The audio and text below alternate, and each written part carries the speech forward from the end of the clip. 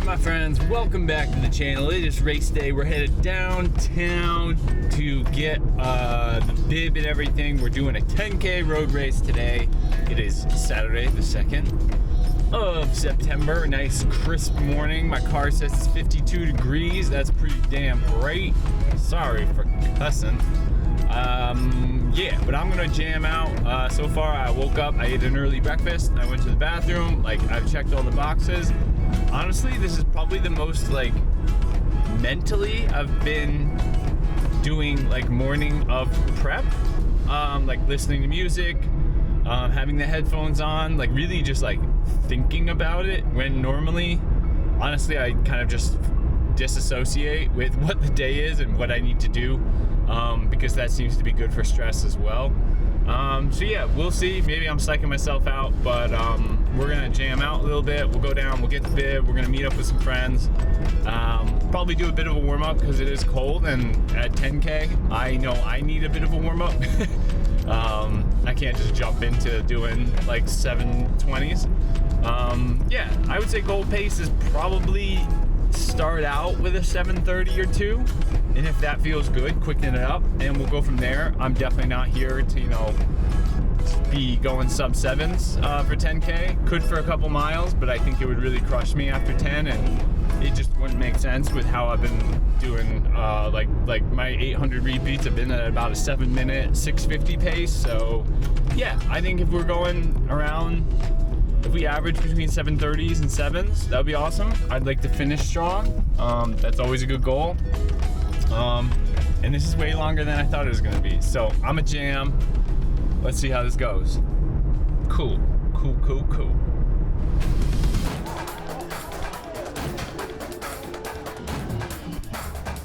everything. Record it all. You really making an Oneonta vlog? 3, 2, 1, go!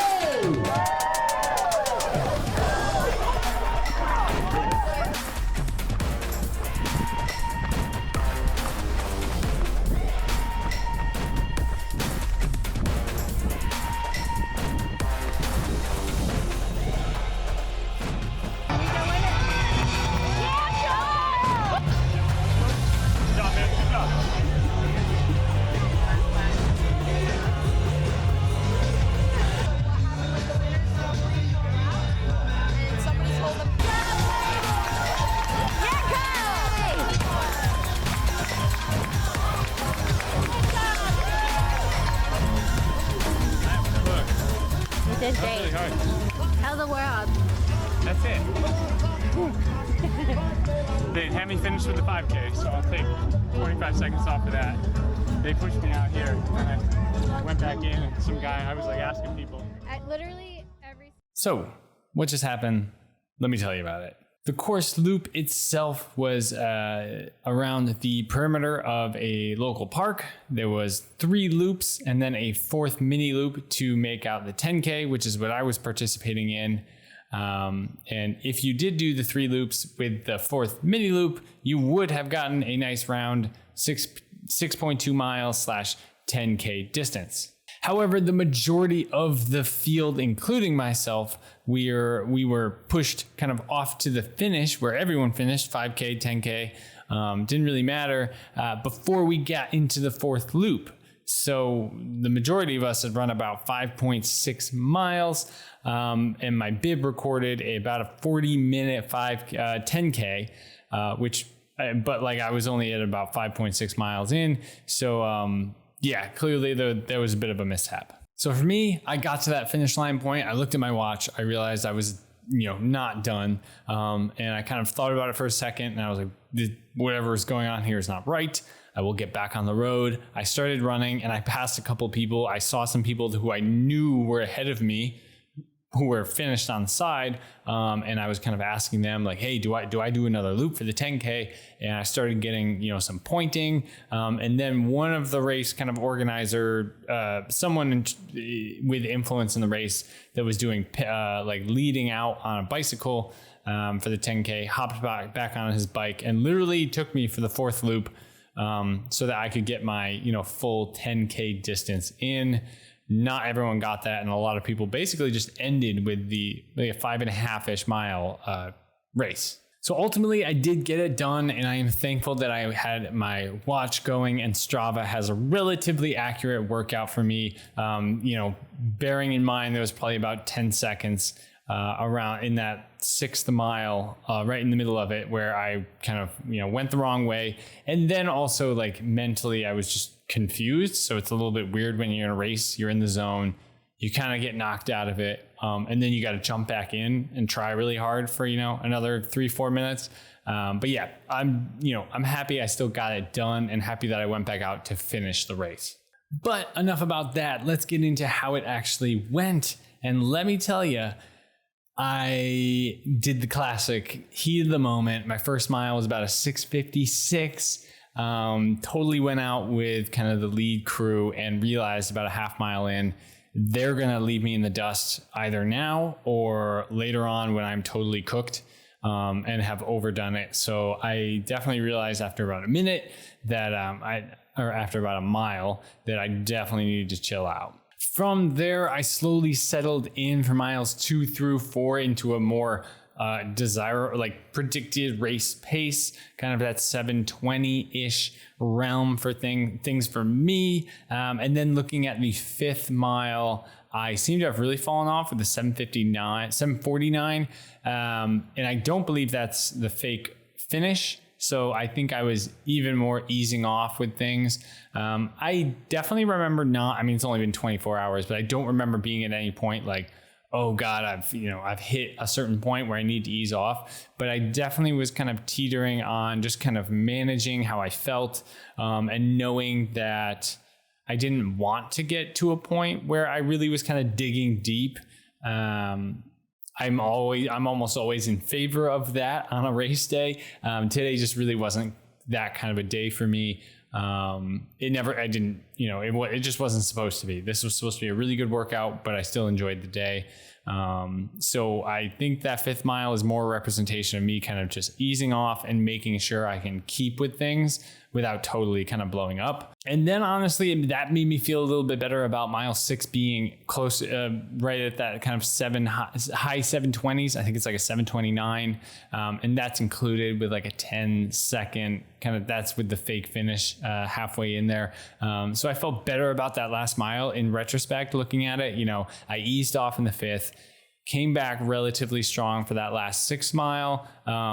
So I'm guessing, even though in the middle of that I stopped, had a moment, talked to a couple people, kept going, I was able to jump back in and still finish strong for what my goals were for the day. So overall, I was honestly really close to a personal best without kind of digging too deep into the pain cave. I think I was within a minute off my personal best at the 10K, averaged about 7:20 miles.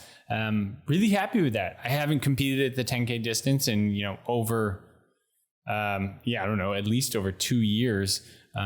So I actually can't tell you the last time I did an organized 10K.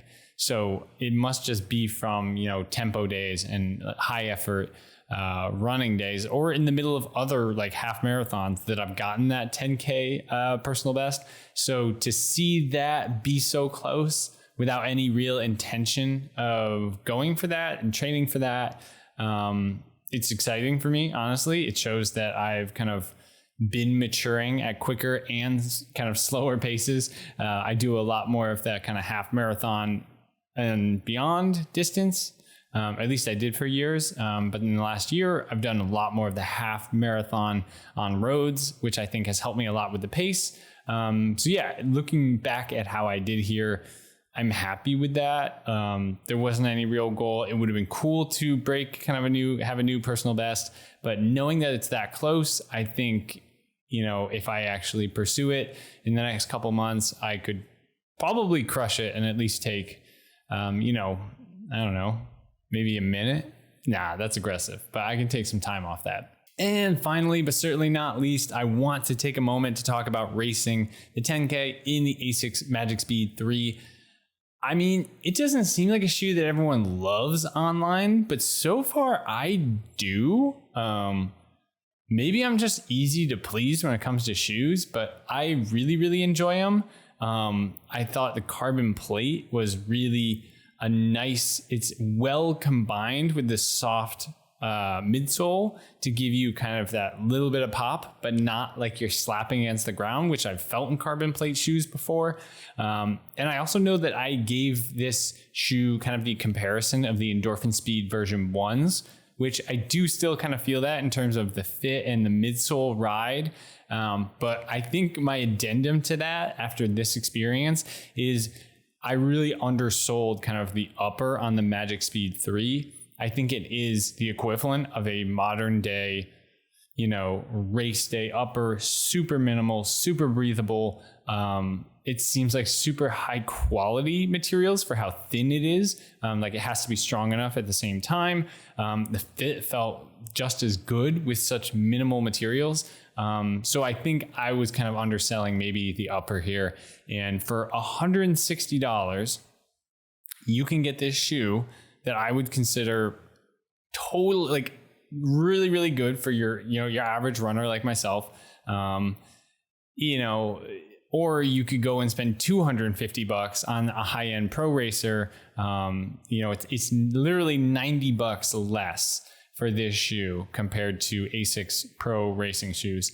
For me, I don't think those other shoes are really going to make a huge difference for me. Maybe if I'm doing full marathon or beyond that half marathon point, but I think it's kind of up to me to improve at a shorter distance in these shoes.